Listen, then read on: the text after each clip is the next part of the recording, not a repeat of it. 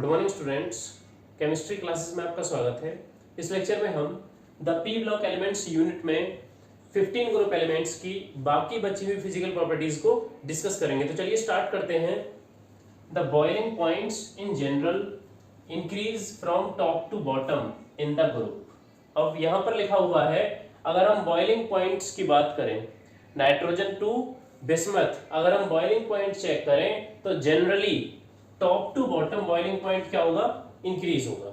अगर हम यहां पर बात करें बॉइलिंग पॉइंट का order, nitrogen, phosphorus, arsenic, antimony and bismuth, इन सब में बॉइलिंग पॉइंट का ऑर्डर क्या होगा, तो यहां पर लिखा हुआ है increases from top to bottom. जब हम टॉप टू बॉटम मूव करेंगे तो बॉइलिंग पॉइंट क्या हो जाएगा, इंक्रीज हो जाएगा इस तरह से। ठीक है, ये तो एक जनरल ऑर्डर हो गया, रेगुलर ऑर्डर है। But the melting point up to arsenic and then decreases up to bismuth. लेकिन अगर हम मेल्टिंग पॉइंट की बात करें तो मेल्टिंग पॉइंट में कहा है कि मेल्टिंग पॉइंट इंक्रीज होगा। कहां तक इंक्रीज होगा, नाइट्रोजन, उसके बाद फॉस्फोरस, उसके बाद आर्सेनिक, आर्सेनिक तक इंक्रीज होगा जो मेल्टिंग पॉइंट है। उसके बाद अगर हम बात करें एंटीमनी की और बिस्मथ की, तो यहां पर एंटीमनी और बिस्मथ का जो बॉइलिंग पॉइंट है, सॉरी मेल्टिंग पॉइंट है, वो क्या हो जाएगा, डिक्रीज हो जाएगा। एक बार दोबारा से पढ़िए, but the melting point up to arsenic and then decreases up to bismuth.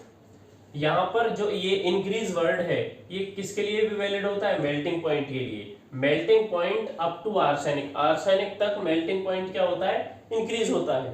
ठीक है, एंड देन डिक्रीजेस, और उसके बाद डिक्रीज होता है अप टू बिस्मथ, बिस्मथ तक। ठीक है, अब यहां पर हमें इसका रीजन चेक करना है। बहुत सिंपल में मैं आपको बताना चाहूंगा, इसका रीजन है एटॉमिक साइज। एटॉमिक साइज, जैसे जैसे एटॉमिक साइज इंक्रीज होता है वैसे वैसे वहां पर मेल्टिंग और बॉइलिंग पॉइंट दोनों ही इंक्रीज होते हैं। ये बात आप समझिए, atomic size is directly proportional to melting point और boiling point. Directly proportional meaning कि एटॉमिक साइज जैसे जैसे बढ़ेगा वैसे वैसे मेल्टिंग पॉइंट और बॉइलिंग पॉइंट भी बढ़ेगा। ठीक है, अब यहां पर यही काम हो रहा है कि nitrogen to bismuth atomic size increase होता है, एटॉमिक साइज के इंक्रीज होने से बॉइलिंग पॉइंट में भी इंक्रीमेंट आ जाता है। पहला तो ये हो गया। उसके बाद मेल्टिंग पॉइंट को चेक कीजिए। मेल्टिंग पॉइंट में nitrogen to arsenic size increase हो रहा है, और आर्सेनिक के बाद बिस्मथ तक भी साइज इंक्रीज हो रहा है। तो यहां ऐसा एक्सेप्शन क्यों आ गया कि नाइट्रोजन टू आर्सेनिक तो रेगुलर ऑर्डर है, लेकिन यहां एंटीमनी एंड बिस्मथ में यहां पर डिक्रीज हो गया है। जो मेल्टिंग पॉइंट है वो डिक्रीज कर गया है, जबकि एटॉमिक साइज तो आर्सेनिक के बाद एंटीमनी और बिस्मथ में भी इंक्रीज हो रहा है। तो इसका सिंपल सा रीजन है ड्यू टू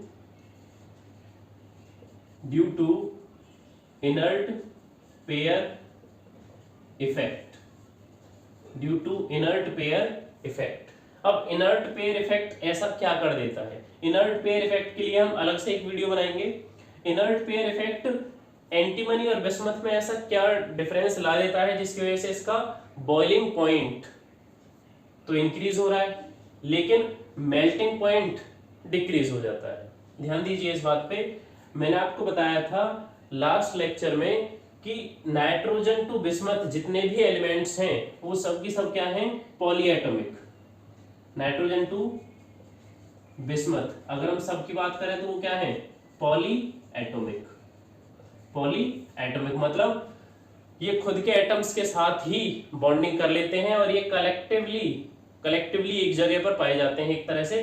तो यहां पर नाइट्रोजन टू बिस्मथ सब की सब क्या है, पॉलीएटॉमिक हैं, तो ये खुद के साथ ही बॉन्डिंग करते हैं। तो यहां पर इनर्ट पेयर इफेक्ट क्या होता है, इनर्ट पेयर इफेक्ट की वजह से एंटीमनी और बिस्मथ ये दोनों केवल 3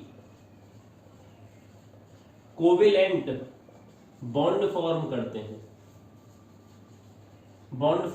हैं, instead of 5, instead of 5 covalent bond. Normally आपने चेक किया कि जो नाइट्रोजन टू बिस्मथ कंपाउंड होते हैं उनमें मैक्सिमम 5 कोवेलेंट बॉन्ड फॉर्म हो जाते हैं। जैसे कि अगर मैं एक एग्जांपल आपके सामने दूं, यहाँ पर एग्जांपल है PCl5, या फिर दूसरा एग्जांपल है AsCl5। तो यहाँ पर आप चेक कर सकते हैं फास्फोरस के साथ 5 क्लोरीन बॉन्डिंग में इन्वॉल्व है, इस तरह से। तो यहाँ पर 5 कोवेलेंट बॉन्ड फॉर्म किए हैं किसने? फास्फोरस ने। जबकि इनर्ट पेयर इफेक्ट होता क्या है? अगर हम इसे डायरेक्टली समझाना चाहें, देखिए अगर हम यहाँ पर चेक करें, एंटीमनी है हमारे पास Sb, ठीक है, तो सेकंड, थर्ड, फोर्थ, फिफ्थ, ये फिफ्थ पीरियड में है, तो आउटर मोस्ट इलेक्ट्रॉनिक कॉन्फ़िगरेशन क्या हो गया? 5s2 and 5p3। तो आप चेक कीजिए, अगर p के 3 इलेक्ट्रॉन्स बॉन्डिंग में इन्वॉल्व होंगे तो 3 कोवेलेंट बॉन्ड फॉर्म होंगे, जबकि p के 3 इलेक्ट्रॉन्स के साथ s के 2 इलेक्ट्रॉन भी इन्वॉल्व होंगे तो 5 कोवेलेंट बॉन्ड फॉर्म होंगे, ठीक है। तो इनर्ट पेयर इफेक्ट में क्या होता है? इनर्ट का मतलब क्या होता है? उत्कृष्ट या अक्रिय, किसी के साथ रिएक्शन ना करने वाला। तो जब हम डाउन द ग्रुप मूव करते हैं तो इनर्ट पेयर इफेक्ट की वजह से जो ये s सब सेल के इलेक्ट्रॉन हैं ये बॉन्डिंग में पार्टिसिपेट नहीं करते हैं, जिसकी वजह से ये जो s सब सेल के इलेक्ट्रॉन्स हैं ये क्या हो जाते हैं? इनर्ट। और क्योंकि ये पेयरिंग फॉर्म में इलेक्ट्रॉन्स है तो वो क्या हो जाएगा? Pair effect, inert pair effect. s जो इनर हमारे पास सब सेल है इसमें s के इलेक्ट्रॉन बॉन्डिंग में पार्टिसिपेट नहीं करें तो उसको क्या बोलते हैं? Inert pair effect. इसको डिटेल में हम किसी और लेक्चर में समझेंगे, क्योंकि इनर्ट पेयर इफेक्ट के लिए अलग से एक लेक्चर हम बना देंगे। तो यहाँ पर p में जो 3 इलेक्ट्रॉन है ये केवल 3 ही कोवेलेंट बॉन्ड फॉर्म करते हैं। अब आप खुद ध्यान दीजिए इस बात पे कि हमें टेम्परेचर कब ज्यादा चाहिए? 5 कोवेलेंट बॉन्ड के लिए ज्यादा टेम्परेचर चाहिए या 3 कोवेलेंट बॉन्ड के लिए ज्यादा टेम्परेचर चाहिए? अब यहां तक तो देखिए, नाइट्रोजन में अगर बात करूं तो नाइट्रोजन तो एक्सेप्शनल बिहेवियर शो करता है। नाइट्रोजन में NCl3 बन गया, ठीक है, और यहाँ पर PCl3 बन गया और PCl5 भी बनता है। तो यहाँ तो फास्फोरस और आर्सेनिक ये दोनों की दोनों 5 कोवेलेंट बॉन्ड भी फॉर्म कर लेते हैं, जबकि N केवल 3 कोवेलेंट बॉन्ड फॉर्म करता है। उसका रीजन होता है due to non availability of d orbital, क्योंकि इसमें d ऑर्बिटल प्रेजेंट नहीं होता है। नाइट्रोजन की एनोमलस प्रॉपर्टीज में हम इसे डिस्कस करेंगे। तो यहाँ पर आर्सेनिक ने भी 5 कोवेलेंट बॉन्ड बना लिए हैं, एंटीमनी भी SbCl3 और SbCl5 ये दोनों ही बॉन्ड फॉर्म करता है, लेकिन मोस्ट स्टेबल कौन सा होता है? 3 कोवेलेंट बॉन्ड। ये जो 3 कोवेलेंट बॉन्ड मोर स्टेबल है उसका रीजन क्या है? इनर्ट पेयर इफेक्ट, क्योंकि इनर्ट पेयर इफेक्ट की वजह से ये 5 जो बॉन्ड हैं ये ज्यादा स्टेबल नहीं रहते हैं और 2 बॉन्ड जल्दी से ब्रेक हो जाते हैं। तो यहाँ पर इनर्ट पेयर इफेक्ट की वजह से जो मेल्टिंग पॉइंट है वो डिक्रीज हो जाता है, क्योंकि आप जानते हैं कि 5 बॉन्ड्स को तोड़ने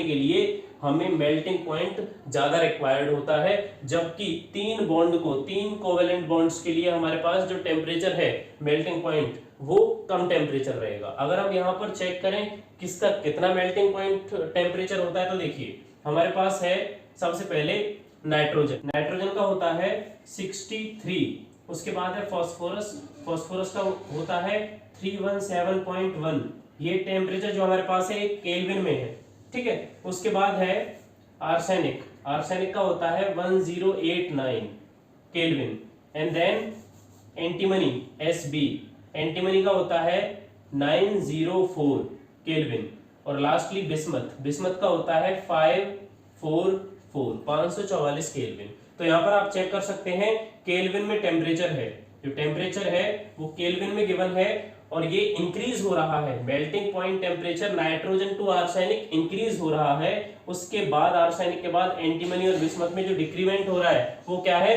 कि एटॉमिक साइज तो इंक्रीज हो रहा है, लेकिन यहाँ पर इनर्ट पेयर इफेक्ट की वजह से कि केवल ये 3 कोवेलेंट बॉन्ड फॉर्म करता है इंस्टेड ऑफ 5 कोवेलेंट बॉन्ड, इसलिए इसका मेल्टिंग पॉइंट क्या हो जाएगा? डिक्रीज हो जाएगा। ये बात समझ में आ गई। उसके बाद सेकंड लाइन चेक कीजिए, except nitrogen all the elements show allotropy. अब एनसीईआरटी में आपको देखने को मिल रहा है कि केवल यहाँ पर नाइट्रोजन को ही लिया गया है, लेकिन अगर आप रेफरेंस बुक्स दूसरी जो रेफरेंस बुक्स है वो चेक करेंगे तो वहां पर नाइट्रोजन के साथ आपको बिस्मथ भी देखने को मिलेगा कि नाइट्रोजन और बिस्मथ को छोड़कर बाकी सभी एलिमेंट्स एलोट्रॉपिक फॉर्म या एलोट्रॉपी शो करते हैं। तो किस तरह से एलोट्रॉपी शो करते हैं देखिए, अगर हम फास्फोरस की बात करें तो देखिए फास्फोरस में 3 एलोट्रॉपिक फॉर्म होती हैं, white, red and black, white red and black phosphorus, ठीक है। उसके बाद अगर हम बात करें आर्सेनिक एंड एंटीमनी, तो आर्सेनिक और एंटीमनी में 2 एलोट्रॉपिक फॉर्म्स हैं, देखिए कौन कौन सी हैं, ग्रे एंड येलो।